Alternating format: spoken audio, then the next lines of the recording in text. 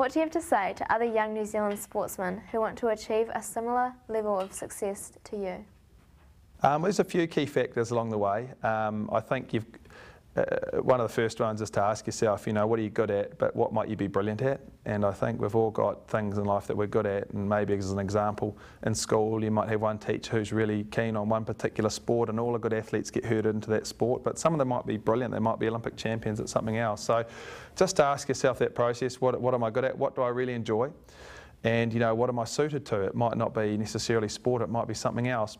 Underlying all that, I think there's a couple of key messages which will help you right throughout your life. And the first is your work ethic. You have to have a good work ethic. No matter what you do in life, if you want to achieve success, you have to work really hard at it. Now, some people get away with not doing that. He's the guy that invented Facebook and made a lot of money in a very short space of time. I'm sure he worked really hard too, but I know for me personally, going to Olympic Games, I worked incredibly hard, really, really hard physically to get to that level, and I think that applies right throughout life. And the second thing I think is really important is not as much as the quantity of what you do, but the quality. And I believe we are what we do repeatedly, and there's no better example of that in a sport such as rowing. And the saying I used to enjoy was, make excellence a habit.